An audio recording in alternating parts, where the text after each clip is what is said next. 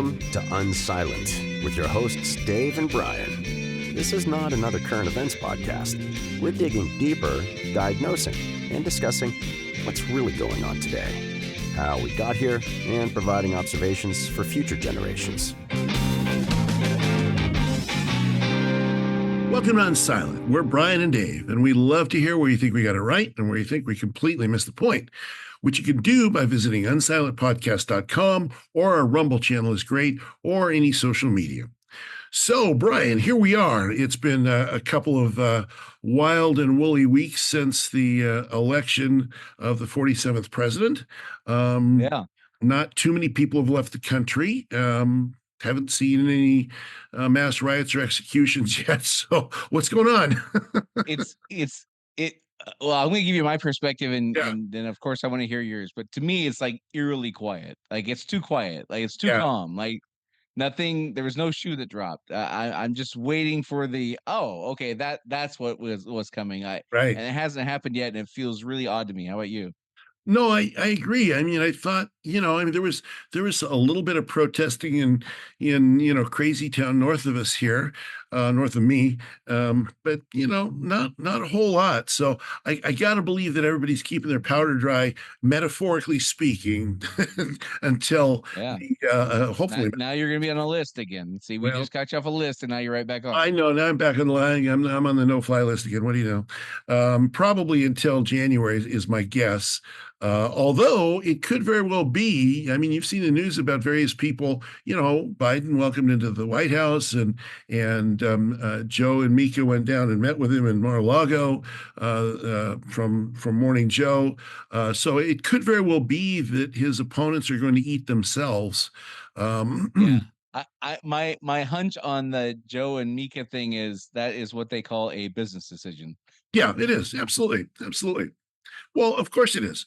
Because, I mean, he's going to probably take an interview with them in the future, since they came down and said, hey, we don't like you very much, but that's okay. Yeah, you're a fascist, but, our ratings suck, and we have 50,000 watchers now, and we need to get back over north of 1 million.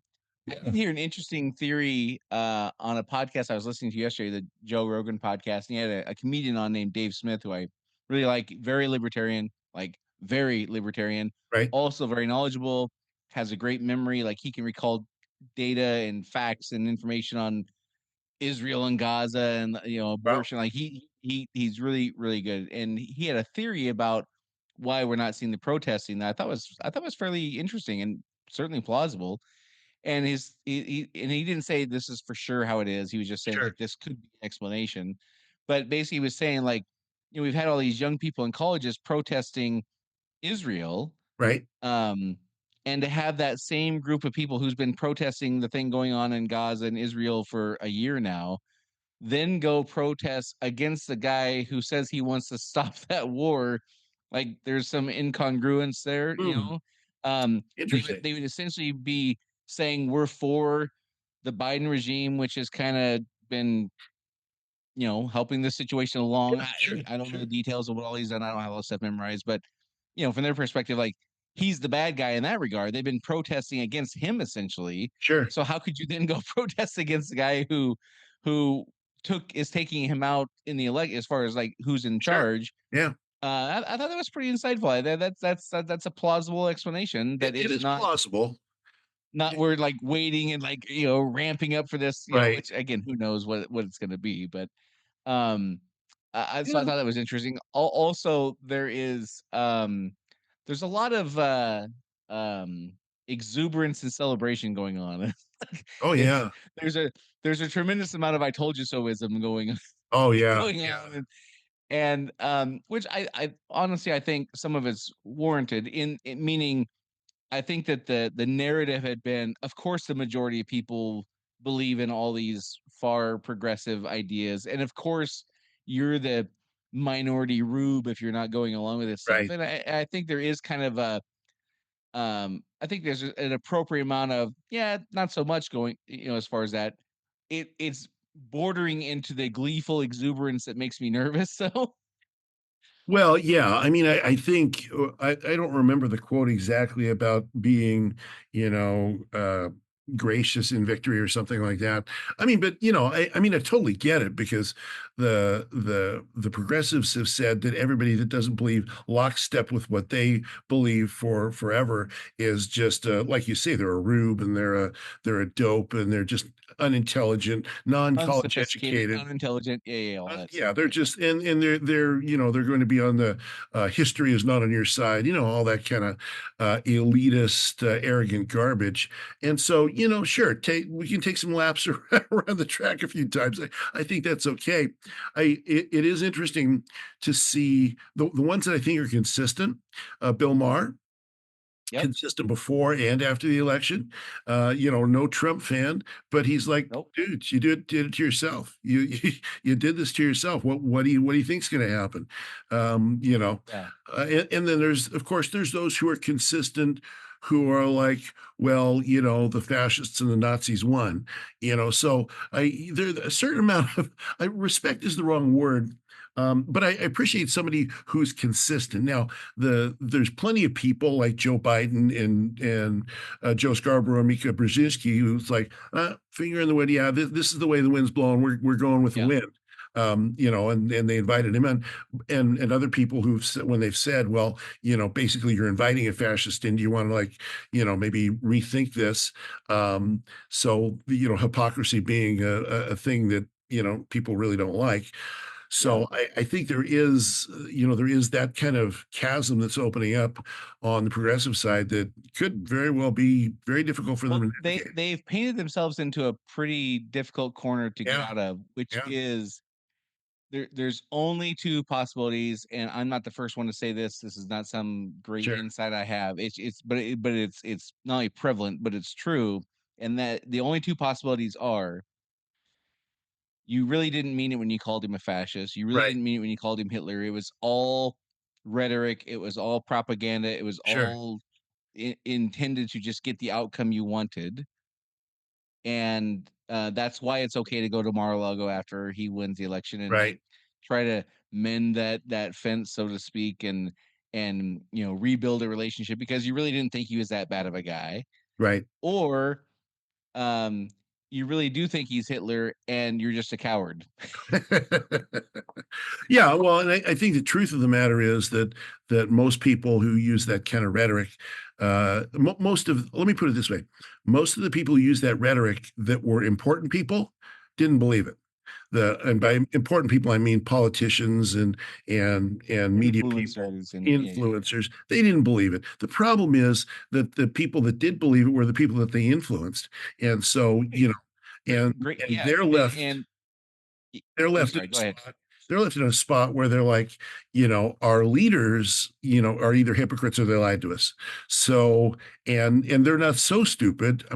That's a terrible way to say it. Let me back that one up. I don't want to say it that way.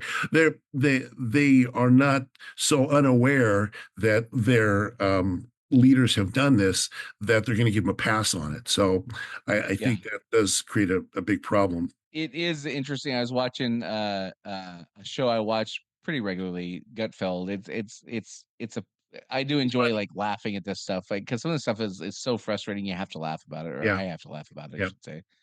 One of the regulars on there is a guy named Tyrus, and he made your kind of your point that you're making. Again, none of these are like you don't have to be super smart to have these insights. Like they're Right, glaringly very obvious, right? obvious.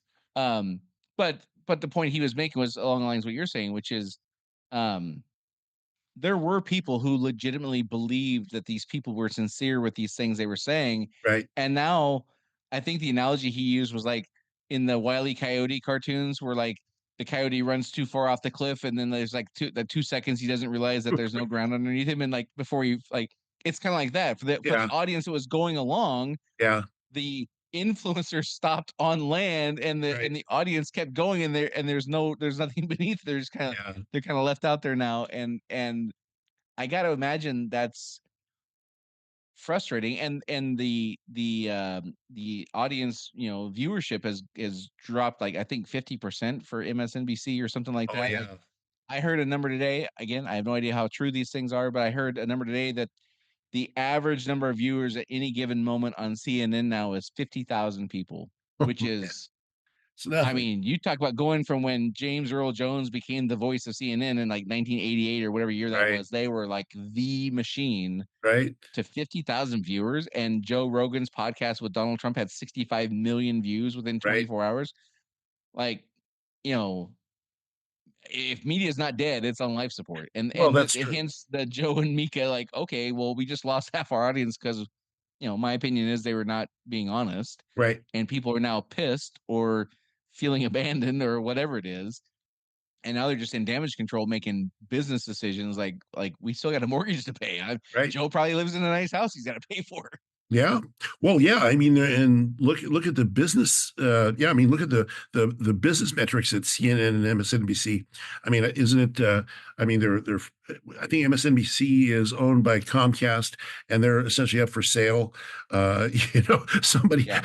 One of the memes I saw that was funny is Musk should buy them. That has been floated a number of times for the last 10 or 12 days or so Yeah. but I think he believes that it's just a dying medium Yeah. and the Yeah. online platforms are going to just continue to take over. Yeah. um I do have, one of the things you and I've talked about pretty consistently over the last several months or even the year we've been doing this is we're in an era where people are not voting for things, they're voting against things. They're Right. voting against ideas and principles and values and priorities and things like that. And there's this kind of shifting that's happening. I'm going to show you a clip here in a couple minutes. I think if you would have told me these two people would be in the same room, let alone doing a live stream 18 months ago, 8 months ago, I would have said no way in hell that's going to happen. But Right. here we are. But we're in this era where we're voting against things. Yeah. And, by modern standards, this was a pretty decisive victory, Oh yeah. over the course of 100 years, probably not, but in Yeah. modern standards, we've had very close races for 25 years as far as elections go Yep. on the federal level and things like that. This was pretty decisive, but so it's an indication that there, again, as you and I open this up, like it's not the minority rubes, like the majority of the population is kind of over this Right. wokeism and like, the identity politics and carving people up into these little boxes that they have to neatly fit in and things like that. Right. So my thought then is, okay, but we're still in this era of speaking against things, not for things. We're still in that era. Now, hopefully we're coming out of it soon. I don't know. I don't have a crystal ball, of course, but what is the next thing that people will be against? Like, so far they're not really against Trump. Right. There's the normal political stuff, like he's made some nominations people are upset about, which, Sure. for me personally, for Kenny G, the guy 60 years from the future that we're talking to as we record this, like, nothing makes me happier than hearing Elizabeth Warren unhappy about some appointment, or pick whatever politician, whether it be Democrat or Republican, the bureaucrats. The more unhappy they are, the more I'm all for. The more I'm like, we're over the target. If they're pissed, it's probably the right thing That's for the good. country. That's my perspective. There you I'm go. not saying everyone shares that perspective, but just that's where I'm coming from. Yeah. But other than that normal like political rhetoric, like this person's going to be the end of democracy kind of stuff we've kind of gotten accustomed to. What are we going to be railing against now, Dave? What do you think? Well, I think here's what's got to happen. There has to be a reset of anger, and by a reset of anger, I mean that they believed. I believe that most of the progressive left believed that Trump was not going to win, or that if he did, that Judge Juan Merchan would put him in jail beforehand, and he wouldn't be able to take office, or Yeah. something like that. I think they just honestly, and so they were just shell shocked when that didn't happen. So I think there's probably, and I think this also explains why, a lot of the riots and protests and stuff haven't really materialized the way that they might have, or the way that we thought they might.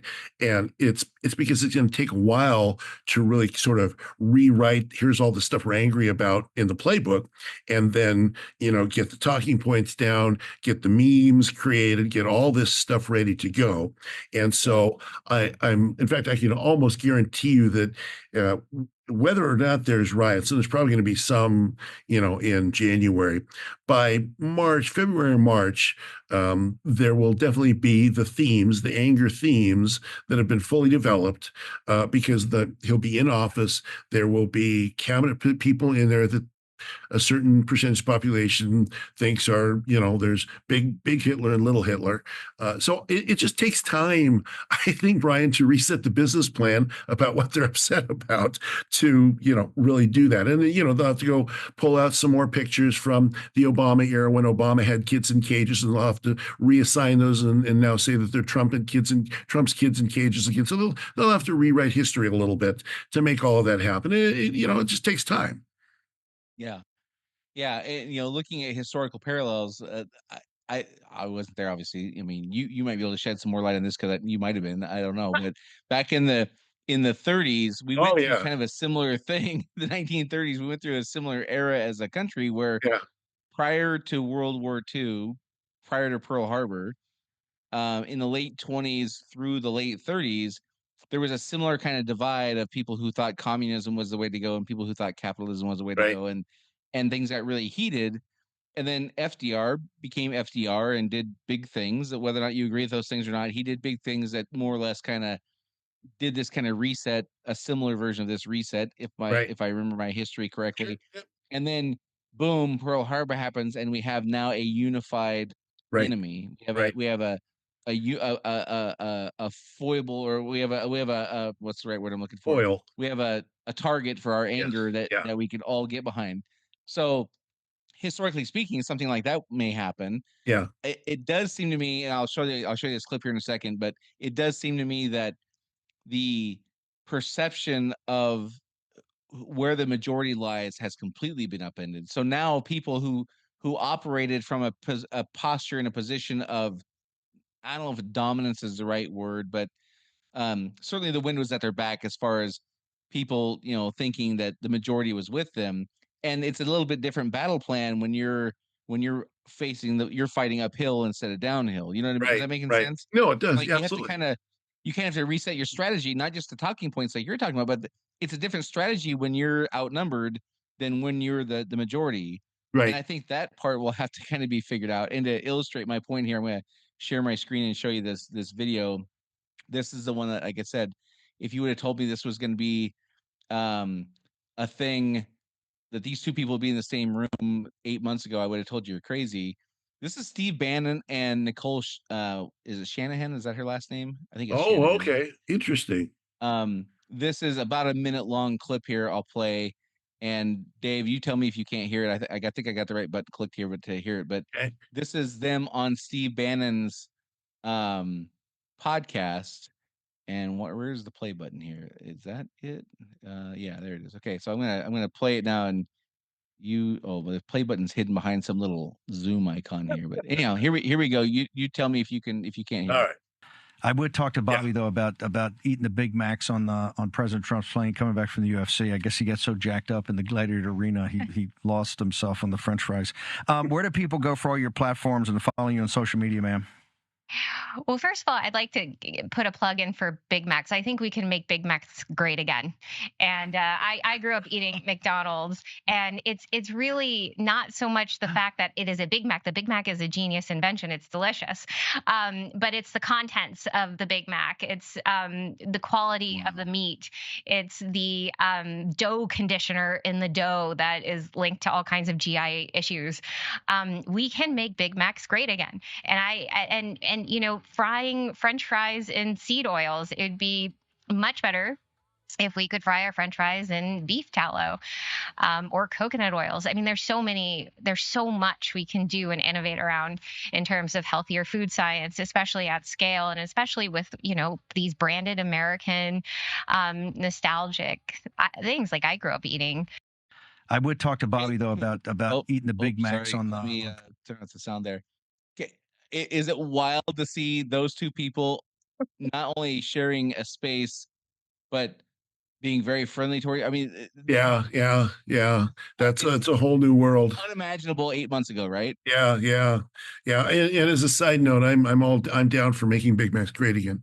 Yeah, I'm right with you, man. I only eat McDonald's maybe like once every 4 or 5 months, probably. I know, to look at me, you wouldn't know that, but I don't really eat that stuff because I don't know what's in the food. I know there's chemicals in there. I don't want to be ingesting things like that. Right. Anyhow, not to make this a health segment, but This reset is real. It's Yeah. meaningful. Like, Yeah. just describe for Kenny G, like, how would you describe Nicole Shanahan? I think Shanahan, right? Yeah, Shanahan. How would you? I mean, so she was RFK's vice presidential running mate, Yeah. but how would you describe her politics to Kenny She, G? well, she's California progressive. She's certainly not a friend of Republicans, and to contrast her, I think the best way to contrast her is to say that Steve Bannon just got out of jail for protecting Trump and for his single-minded loyalty to Trump. So, I mean, you couldn't really, I think, push too far in the opposite direction with two people and sticking them on a podcast together. It's like, so I don't know. It's really it's weird. It's just bizarre. It's just bizarre. Yeah, but the things that, like, the things she's for is like health, that, like, the Abortion. numbers for children and these illnesses and Yeah, these chronic things that they're dealing with, and everything from diabetes to autism to, sure. like, what the obesity thing, and like pharma making money off that, and big food making money on getting you fat, and then pharma makes some money to make you thin, like all these things, like, they're so she's running on something that's kind of hard to, like, it's kind of hard to argue against, right? Right, right, sure. um it's and he's all about free speech, and again, she's a California liberal, but Yeah, very, California was like the mecca of free speech in 1978. right, right. Yep. Berkeley Um was Berkeley. The free speech movement in Berkeley. That yeah, whole movement really started in Berkeley. So no, exactly. yeah, it's so the things that they're coming together on, though, I think are kind of hard to be anti. They're Well, sure. they're now, again, they're going to poke holes in it. Don't get me wrong. There's trans issues and abortion issues. There's these prickly kind of things that I don't think anybody, nobody. There's no coalition who's not at each end of the spectrum, who Right, has, some kind of compromised version of, like, what the quote unquote right solution is for abortion or trans. Like, they're very complicated issues and things like right. that. Of course. And so there's those prickly things in the middle. But these people just being in the same room is sending a message, I think. Well, it is, and the thing that's going to be interesting to see is like people bringing up now RFK's position on abortion, et cetera. Things that are going to be, well, here's where, or unproven theories of autism or whatever. I think what's interesting to see is that at least so far, the exceptions, are not disproving the rule. In other words, I think what everybody can agree on, I would hope at least, is that our food supply is chemicalized to the point where, even as a relatively, you know, intelligent individual, I can look at the ingredients on foods and say, I have no idea what this is. I got to call up my daughter who's a PhD chemist to even figure out. She doesn't know what it is. So Yeah. I think it's bizarre to see because we've existed on the fringes. Because the fringes have been everything. And Yeah. what we've argued about has been the fringes. It's like, no, you can't abort 2.5 seconds after conception, or you can abort to kids about to get into kindergarten. Maybe we'll abort them now. So that's been where the arguments sort of been, and. Yeah.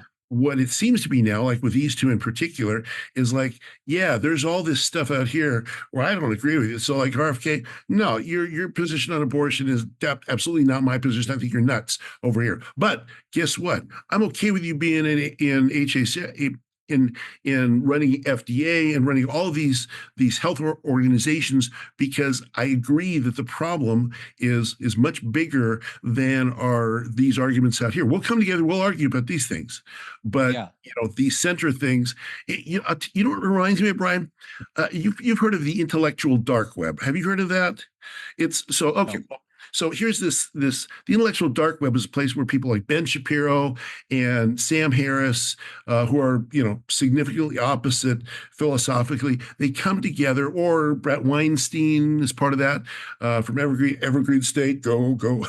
See, you got your plug for Evergreen State.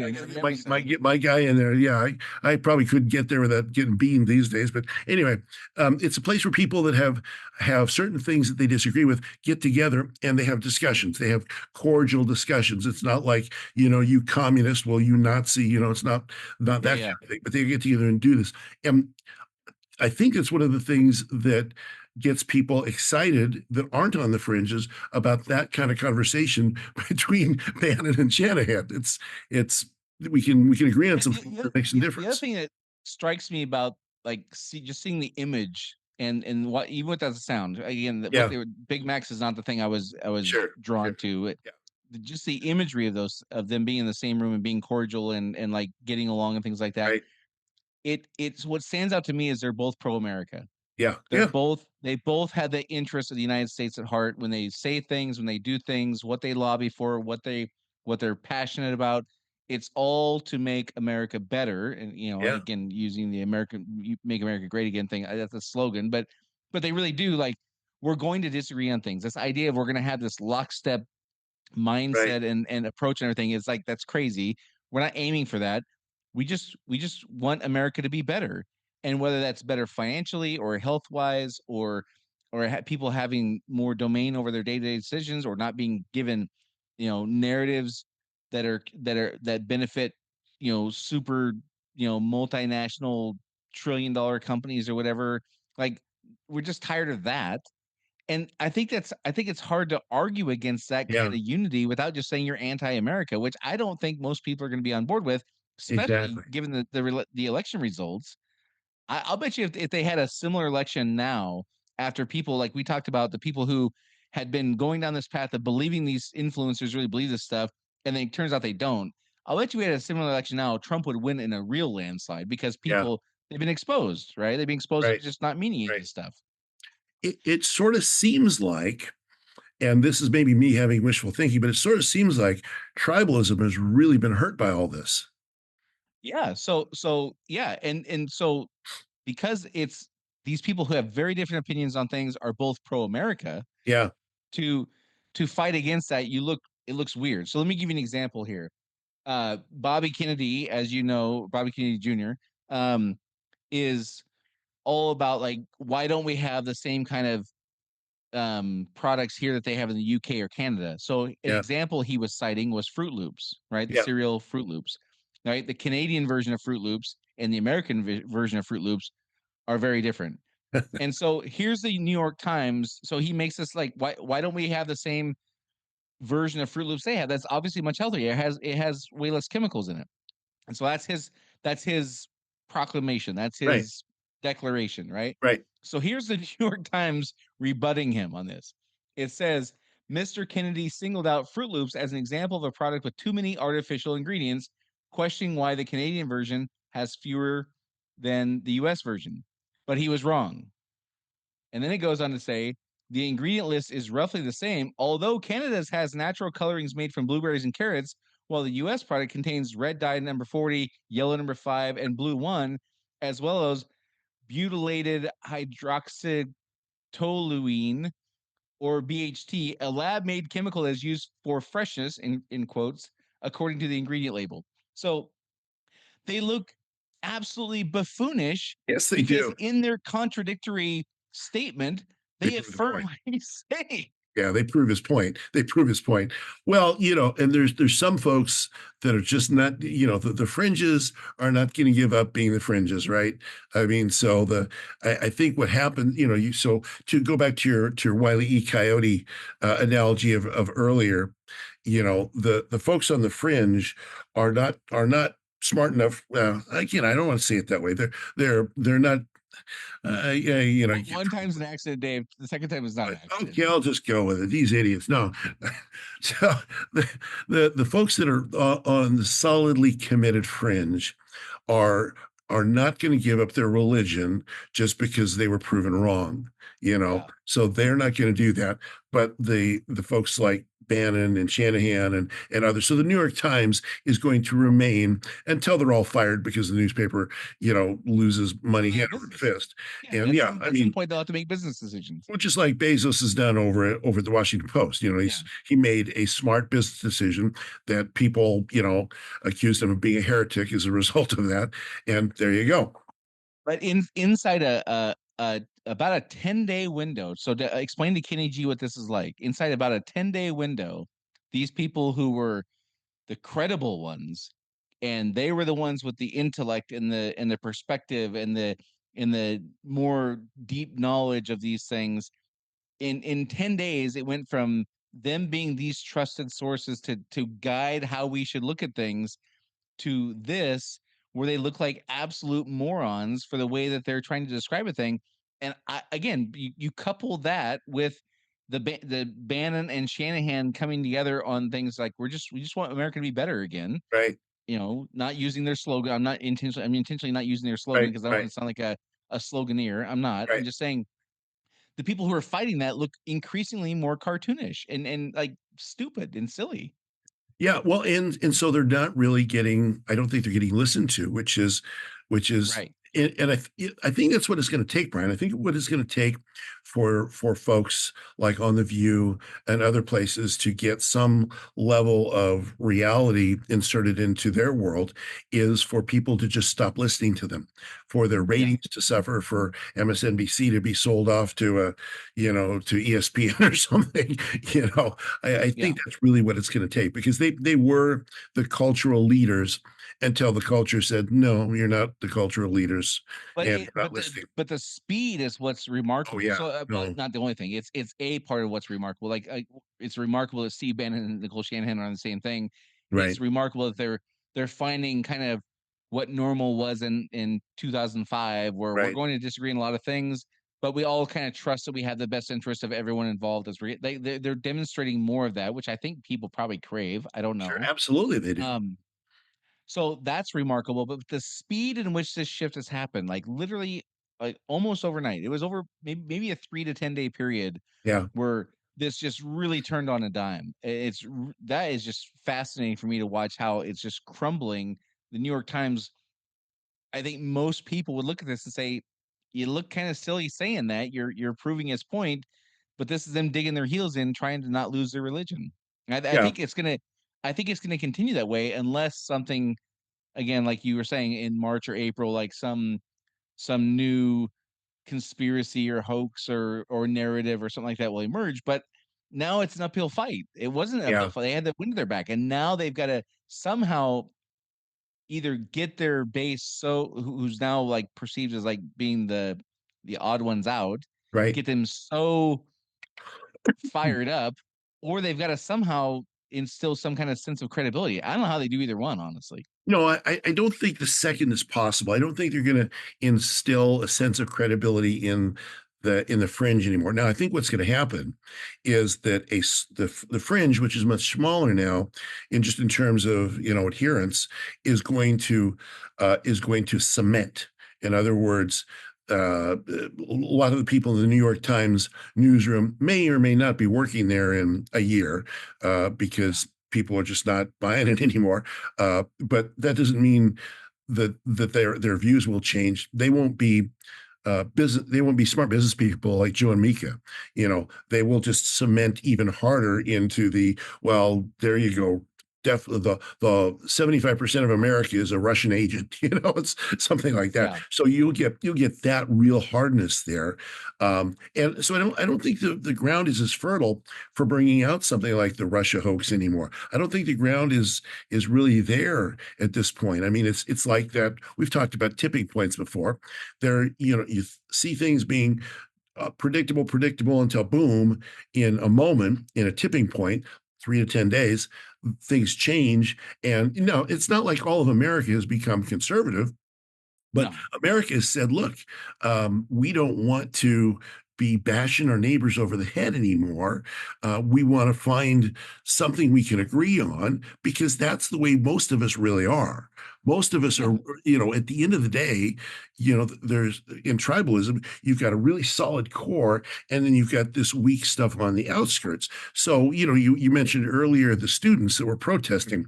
Now, I think you gave them too much credibility or credit for being able to make logical conclusions, because I don't That's know. the third time, Dave.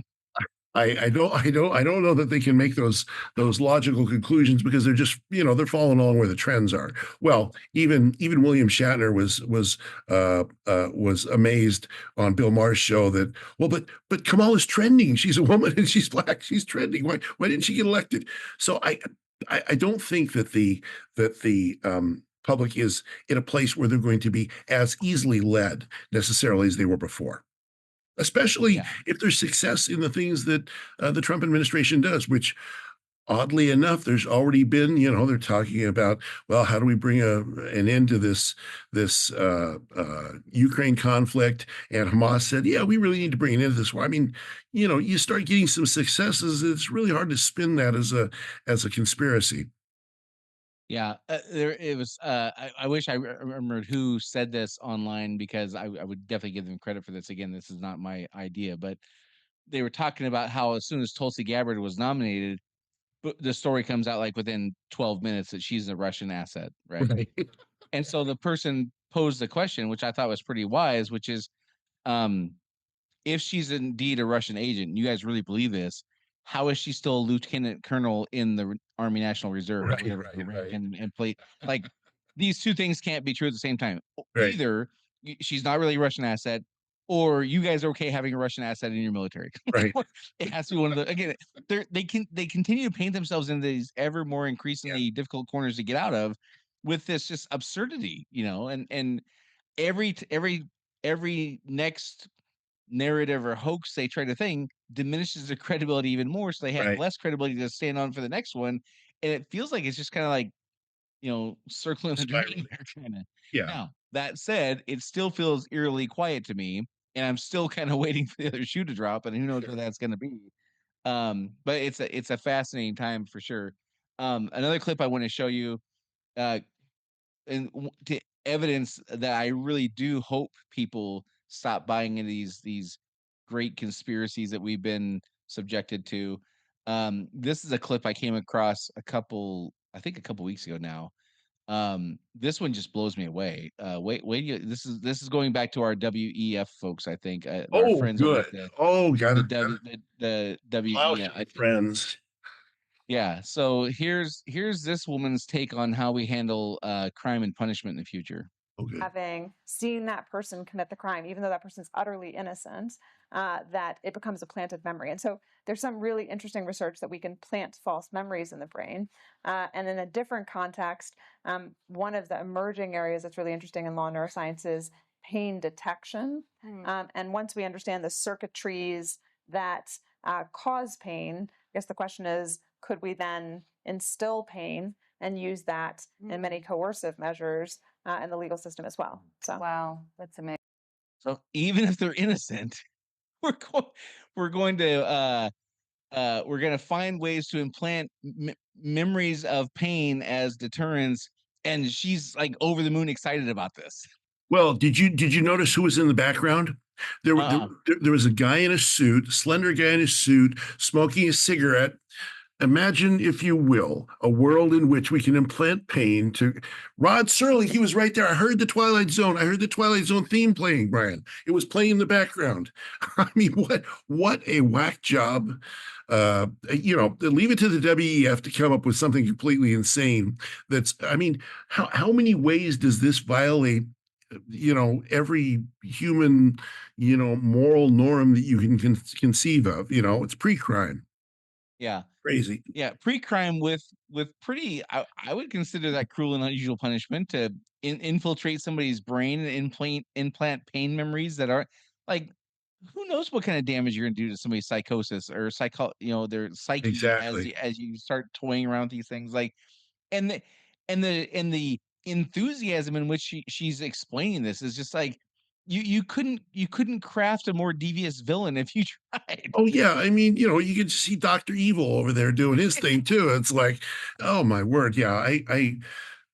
the thing that really boggles the mind is, who do they think is going to be trustworthy to have that kind of power? You know, Well, them, of course. Like, well, come on, Dave. them of course, but You're. Come on now. How could you not figure this out? Of but course, it's like when she's the one who can push the button, it's all good. then it's all good. So the level of arrogance, the lack of introspection, the lack of understanding about the human condition and how absolute power corrupts. It's just staggering. It's just staggering. Of course, It is. Marx and his people will still be there for us to mock for some time to come, I think.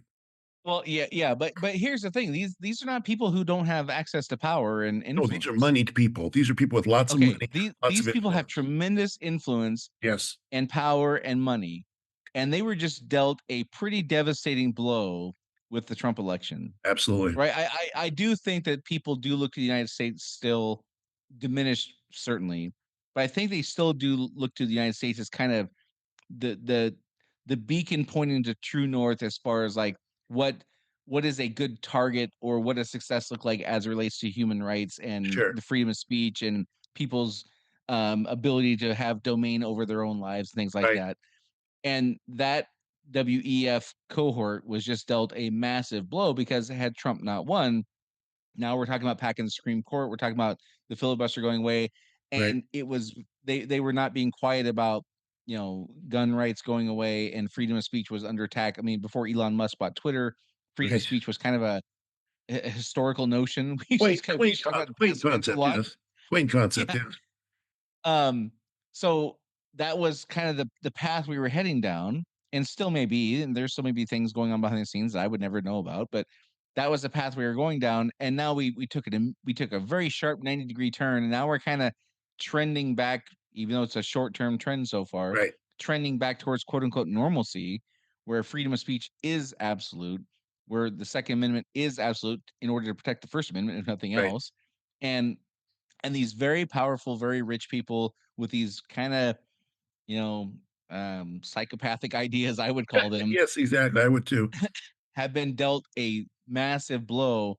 So the obvious question is, it seems unlikely they're just kind of like, okay, well, that sucked. We were almost there. Next time we'll get it. That seems like an unlikely path. Right. What is the counter strike going to be? It how could it go any other way, right? Right. Well, Or am now I being paranoid? there's only, well, so again, let's jump back to FDR, his first election, and coming out of the Great Depression and programs that didn't work and all this stuff that happened back then, and the fact that ultimately World War II turned it all around. So depending on the time frame between where we're at right now and the time frame for the war, whatever the war is. I mean, it's going to be big. It's, maybe Biden's trying to start it now by letting Ukraine shoot missiles into Russia. I don't know, but depending on what the time frame is between where we're at now, it's not 100% unity, but the edges, the hard edges have softened.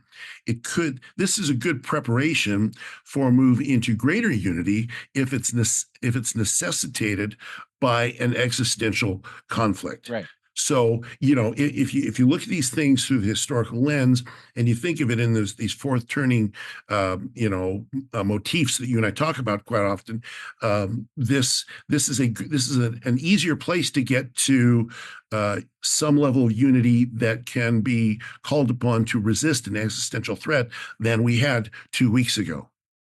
Right. So now it's Right. also But so my again, I'm trying not to be in tinfoil hat land or paranoia land or doomsday land. I'm trying to right. be pragmatic and like calling balls and strikes here, but it doesn't seem likely to me they're going to just take this laying down. No, no, It no. seems like they could see and feel victory within their grasp, Right. and they just got derailed. It also seems that the counter strike is going to have to be significant to overcome this setback. Is that so far all kind of tracking? Does that Totally make agree. sense? Yeah, Or am totally I agree. being Totally okay? agree. So it's not likely to be, um, although it could be, but I wouldn't think it's likely to be like F-22s being flown at my little town or your little town. Right. Really, No. like it's not likely to be like that kind of a thing. But it will be an information war. It'll be a utilities war. There'll be some crisis that necessitates them stepping in and saving Right. the day. It's kind of how it seems like it would have to go. Right. Like they would have to be the better choice of the two that we would have. And what we have Yeah. right now is kind of this getting back to normalcy. So something significant enough for them to be the better choice Yes. has to be kind of the path we're going to go down, which means, again, I don't know that although the way Biden's making decisions, right, or whoever's calling the shots is making decisions in Russia and Ukraine, like we're certainly inching towards nuclear World War III, which is bizarre, and we'll cover that in a second. But Yes. I don't think I don't think that's plan A. Plan A Yeah. is probably going to be some kind of technological thing, an information thing, a giant, massive conspiracy. It's like a Hail Mary, I guess, would Yeah. kind of be the way it would have to be. Right. What do you think that looks like?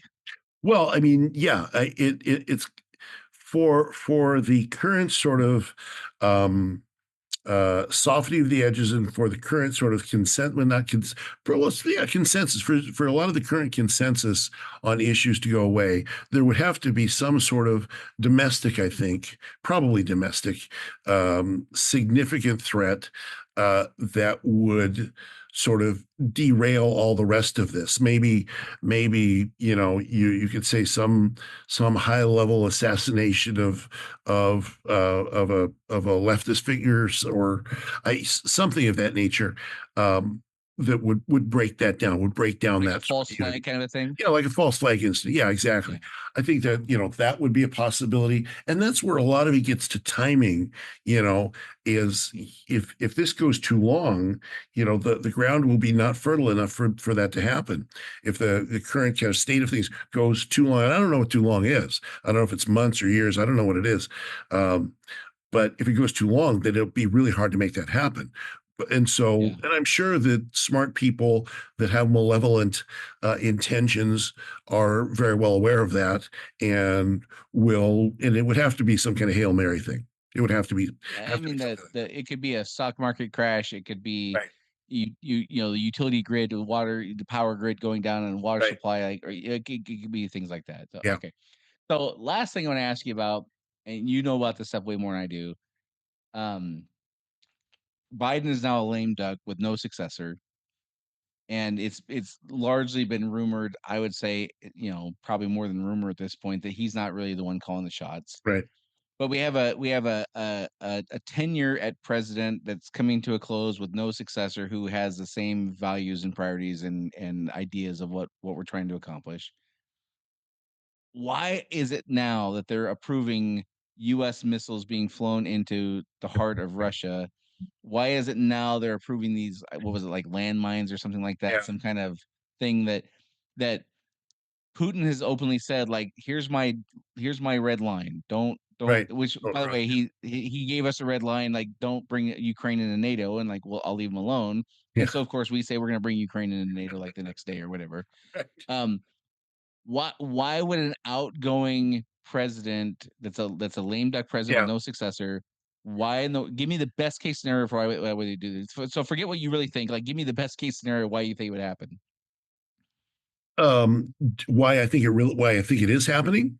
Give me two things. First, Okay. like I'll get to you why you really think it's happening in Yeah. a minute. But first, give me the steel man argument for like what's the best case scenario for why we're doing this. Well, the best case scenario is I'm apolitical and we need to help Zelensky win the war.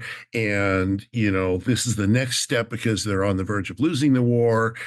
So we have to do this. And I'm not even thinking, I forgot there was an even election. I'm not even thinking about Trump. I'm just doing the right thing. That's the best case scenario. The most from the left and from the Biden perspective. Okay. It's not So the now real scenario. on the plausibility scale, one being not very good and 100 being awesome, like where does that That's rank? not why it's happening. That's not why it's happening. The reason it's happening, the actual reason I believe it's happening, I think it's undeniable, is everything that's happening in Washington, D.C. now among the elites is to Trump proof the next 4 years. And the best way to Trump proof the next 4 years is to get the Russia-Ukraine conflict hyped up, maybe get him to throw some missiles, maybe get Putin to throw some missiles at Moldova or Poland or someplace like that derails the Trump idea of, yeah, I'll have the Ukraine thing solved in a day. So the best thing for the left is to derail the Trump agenda, which is, and so I think it's, to me, it's undeniable. That's why he's doing it, because he's trying to Trump proof the next, at least the next couple of years, of there being a unitary Republican government under Trump. So we're gonna hand Trump to use the proper vernacular of where I grew up, a shit sandwich in Ukraine. Yes. Right.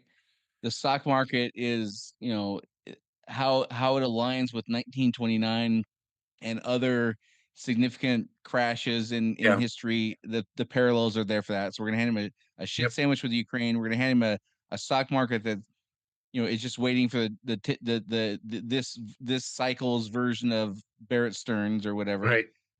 for it to all come crashing down. We've got all this unrest in schools, and now Elon and Vivek Ramaswamy and Trump and his team are going to go in and start dismantling things. So we're setting these landmines. So as they dismantle the deep state and the uniparty and the bureaucracy and things like that, simultaneously really bad things are going to be happening, which would be indicative that Trump's doing the wrong things.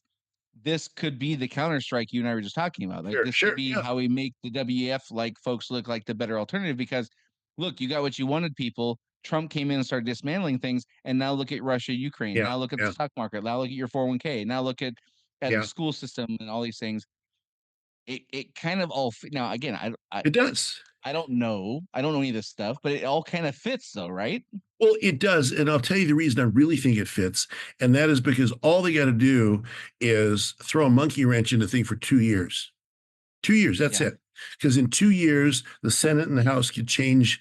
And likely will, historically speaking, they likely will. Yeah, and historically speaking, because who's ever out of power tends to gain seats, and who's ever in power tends to lose seats. Trump is a lame duck president. Something like 60 years since a president had the House and Senate and kept them through the midterms. It doesn't happen for sure. It doesn't happen because the American people are by nature impatient and want more than they can. Always greener. That's just us. That is what we can't have. Yep. For sure. And Trump being a lame duck president, so all they got to do is hamstring him for 2 years, and then the last 2 years they can just tie him up and then put him into jail after he gets out, when Juan Merchan, gets his sentencing hearing going.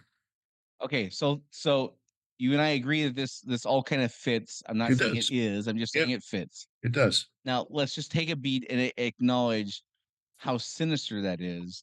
How many thousands of people will die across the globe for this to happen, for this to be a working plan, for this to be a success? Tens or hundreds of thousands of people are going to have to pay with their lives in order for this group of people to get what they want, if in fact this is kind of how it's going. I hope that we as a people, not just the United States, but across the globe, can kind of see through that and figure out who the villain is. Yeah. But based on the last 5 years, I'm not confident. Well, and it's the other part of that is, even if it goes to plan, then yes, thousands and tens of thousands of people could die. But if there's a slight miscalculation when you're talking about nuclear powers, then it could easily spiral out of control. And the smart people that plan that, okay, we're just going to hamstring them for a while. Yeah, we'll have a few casualties, but it's not going to be that bad. That could really turn into a major. That could turn into a war, into a big war. Well, but the don't forget though, Dave, the government, how the government does anything is how they do everything, and they're really good at most things, So the chance of them having miscalculations infinitesimally small. Yeah, only about 95%. Yeah, something like that. Crazy. So it's a weird time where there's this optimism, there's this kind of vacuum of chaos. There's some holdouts for sure, like we mentioned, the New York Times and the Sunny Holstons of the world and the View, and there's some holdouts for sure of people who are hanging on to religion. But by and large, we're in this eerily calm time where there's kind of a vacuum of chaos, right? And these big things are being put into motion that have really serious like this thing in Ukraine just makes no sense to me. Other than Yeah. you just want to hand the guy a mess, like there. Yeah. And the people who have to die in order for that to happen, like, well, you got to break a few eggs, and make an omelet once in a while. Like that we're back to the same crap that we saved from the beginning, which is absolute power corrupts absolutely. Yeah. Well, Nero didn't want to hear what his advisor had to say about why you shouldn't torture people, probably.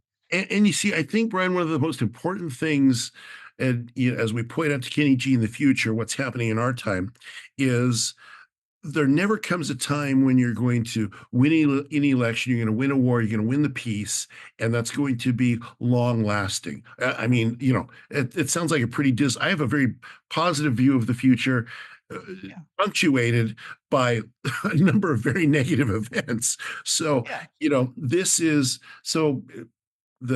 Anybody who's excited now, great, be excited, but recognize that human nature hasn't changed, and the path of humanity towards these great existential crises, they doesn't change. It's going to happen, and we have to remember that so that we're prepared for that. So because just like the Harris supporters who were like, we're going to win, there's no doubt, and then they're crushed when it's over. Well, okay, so now there's a new group of people that are excited, and look at this, it's going to be a new utopia, and happy days are here again, and all that. Yeah. It's going to come to an end, and you got to be prepared, and you got to be, you got to think through these things and not let your emotions carry away, because that's how you get taken advantage of. I agree with you 100%. There again, as I said in the very beginning of today's episode, it's almost too much gleeful exuberance. Like it's almost perfect for a major this setback, right? It The is. only thing that gives me hope, and ironically, the things that we will do over the next 2 to 5 years, or 2 to 7 years, or whatever, are the things that Kenny G's generation will look back and go, these are the things that created problems for us. But right now, I do have more confidence that we have people coming in, Elon Musk, Sure. Vivek Yes. Ramaswamy, Yeah. who are very capable, competent, smart people. Yes. And it's never going to be perfect. It's gonna be ruined over the next 100 years. But I am excited that they're gonna come in and fix some of this stuff. I really am. I really do absolutely. think that they can do some meaningful, beneficial change, and simultaneously things are gonna get gnarly along the way. Exactly. That's the circumspect view, and that's the right way, I think, to approach. That's the right way to approach victory. That's the right way to approach defeat. The circumspect view, the long view, and approach it. This can change. If it's good, it can change. If it's bad, it can change. And be prepared for either. Yeah. All right. Well, as Dave mentioned in the opening, if you've heard this and made it this far and you think we're completely nuts, we'd love to hear your input. Or if you think we're right, we'd love to hear that too. Again, we're trying to explain to future generations what this moment in time is like, as they will undoubtedly look back and wonder, what the hell were these people thinking? And that's what we're trying to do, is we're trying to tell them exactly what we were thinking. So let us know where we got it right, where we got it wrong. You can do that at unsilentpodcast.com. You can go to our Rumble channel. There's a great comment section there. And until next time, this is Dave and Brian signing off. See you next week. Do you want to be unsilent? Make your voice heard on our social media channels and share where you think we got it right or wrong. Go to unsilentpodcast.com for social links so you can join the discussion.